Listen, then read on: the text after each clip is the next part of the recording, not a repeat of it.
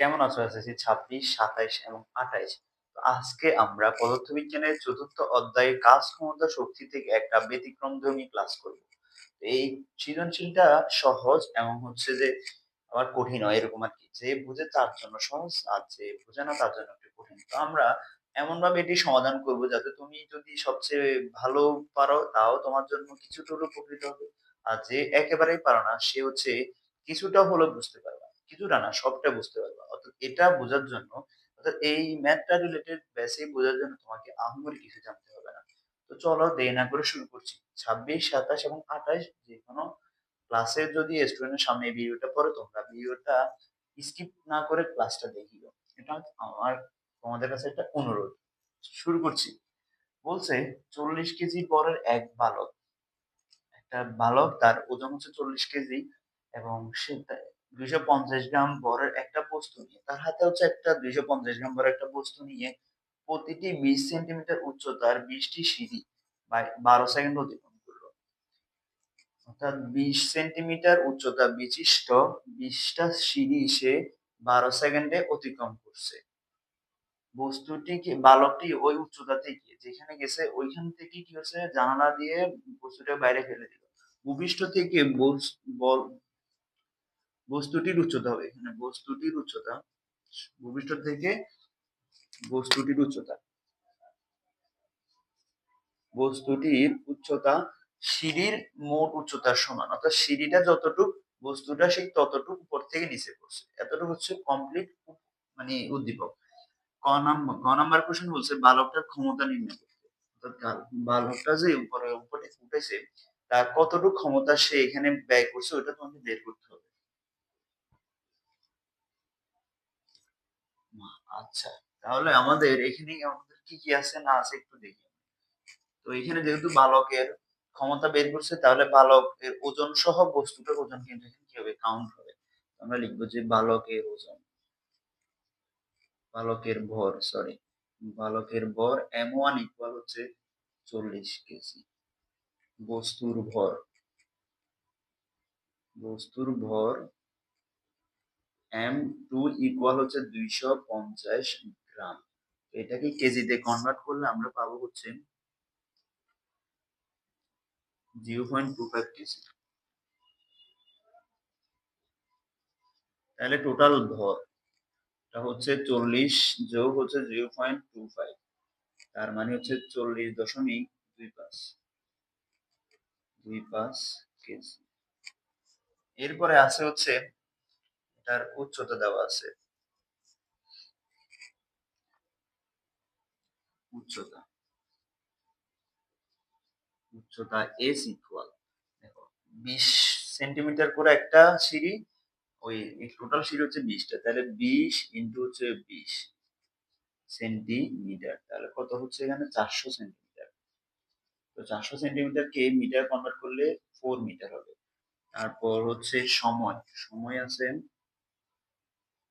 t সমান ১২ second g সমান 9.8 metre per second. তখন আমরা লিখবো যে ক্ষমতা p ইকুয়াল হচ্ছে w by t w by হচ্ছে t t মানে সময় w হচ্ছে কার্যকর ক্ষমতা। তাহলে এখানে mgs w সমান হচ্ছে mgs ডিভাইডেড বাই t। তো তুমি মান বসো m এর মান হচ্ছে তাহলে কত পেলাম 40.25 ইন্টু 9.8 ইন্টু হচ্ছে উচ্চতা হচ্ছে 4 মিটার সময় হচ্ছে 12 সেকেন্ড। তাহলে আলটিমেটলি টি এর মানটা আসতেছে এখানে 131.48 একক কি হবে জুল জুল না সরি ওয়াট হবে। যেহেতু ক্ষমতা বের করতেছে ক্ষমতার হচ্ছে কি ক্ষমতার একক ভীষণ হচ্ছে ওয়াট। আমরা পেলাম হচ্ছে 131.48 ওয়াট। এটা হচ্ছে ঘ নাম্বার ইজি ছিল। আবার আসো ঘ নাম্বারে বস্তুটি ফেলে দেওয়ার পর যখন ভূমি থেকে ৩ মিটার উপরে ছিল তখন শক্তি সংরক্ষণশীলতা নীতি মেনে চলে কিনা। বস্তুটা মেনলি এখানে আমরা টোটাল উচ্চতা পাইছি ৪ মিটার। ৪ মিটার উপর থেকে জানালা দিয়ে বস্তুটাকে ফেলে দেওয়া হয়েছে। তো যখন ফেলে দেওয়া হয়েছে ভূমি থেকে ৩ মিটার উপরে শক্তি সংরক্ষণশীলতা মানে ৩ মিটার উপরে গতিশক্তি এবং বিভব শক্তি সমান কিনা এটা তোমাকে বের করে দেখাইতে হবে। ঝামেলার ম্যাথ হচ্ছে এটা। এতটা ঝামেলা না, ইজি আছে।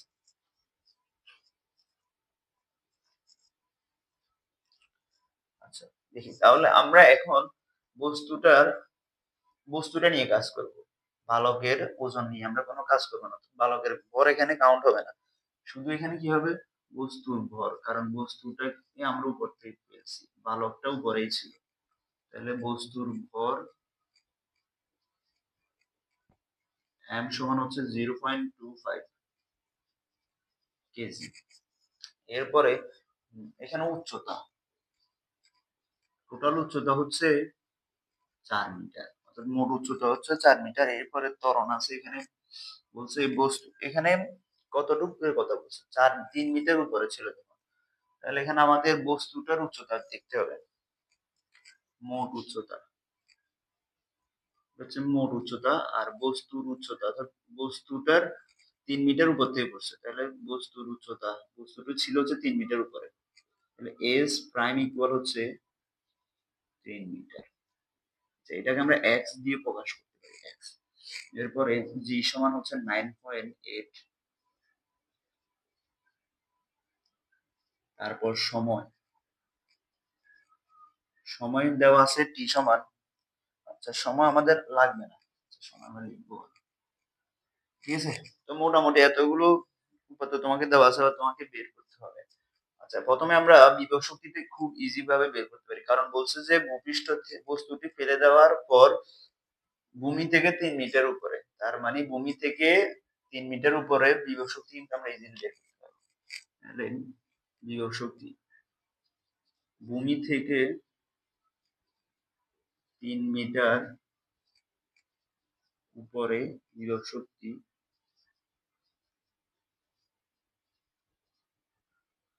ইফি সমান mg, উচ্চতা হচ্ছে x, তাহলে x দিলাম 0.25 9.8 ইন্টু 3। তাহলে এখান থেকে 3 মিটার উপরে বিভব শক্তিটা পাচ্ছি হচ্ছে 7.35 জুল। আচ্ছা এবার আমরা হিসাব করবো হচ্ছে গতিশক্তি। আচ্ছা গতিশক্তির বেলায় আমাদের কি কি লাগবে?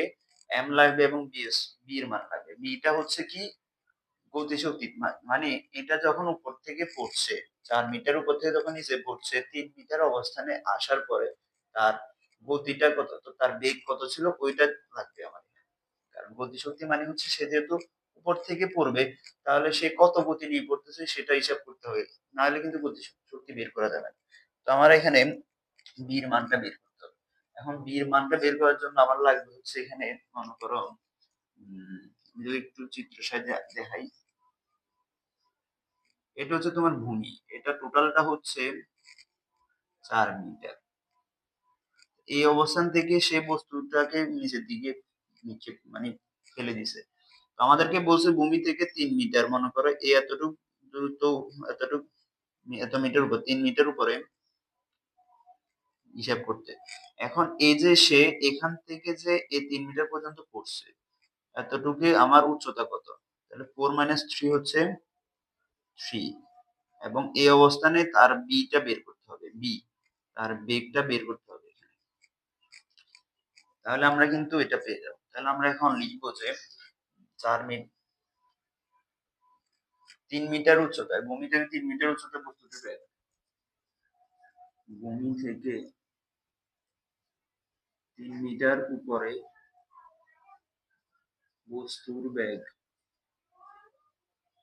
বস্তুর বেগ বস্তুর বেগ নির্ণয়ের জন্য আমরা সূত্র কোনটা ইউজ করব, যেহেতু আমাদের এখানে কি কি দেওয়া আছে দেখো, এখানে s এর মানটা হবে কি 4 মাইনাস 3 1, তারপর হচ্ছে যে এখানে g, তাহলে আমরা দেখো b square equal a square plus 2g, s এর মানটা কি হবে 4 মাইনাস 3 মানে হচ্ছে s মাইনাস x, ইউর মান কিন্তু 0 কারণ যখন ওই অবস্থানে কিন্তু বস্তুটা কি ছিল স্থির ছিল, তাহলে এখানে আদি ভ্যালু 0, g হচ্ছে 9.8, s হচ্ছে 4 আর মাইনাস 3, তাহলে আমরা যদি এখান থেকে b এর মানটা যদি হিসাব করি,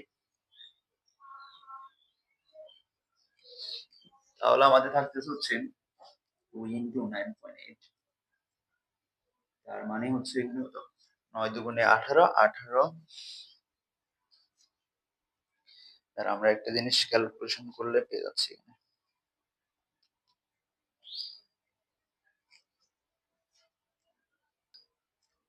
আচ্ছা, এখানে তাহলে বি স্কয়ারের মানটা আসতেছে হচ্ছে 19.6 মিটার পার সেকেন্ড। এটা হচ্ছে বি স্কয়ারের মান। তো আমরা বি স্কয়ারের মানটাই রাখবো, কারণ আমাদের সরাসরি বি স্কয়ারের মানটা বসাতে হবে। তাহলে এখন গতিশক্তি ই কে সমান হাফ এম বি স্কয়ার। তো হাফ এম, এম এর মান হচ্ছে 0.25, বি স্কয়ারের মান হচ্ছে 19.6। তাহলে এখান থেকে আলটিমেটলি ক্যালকুলেশন করলে আনসারটা আসতেছে হচ্ছে 2.45 জুল। ঠিক আছে?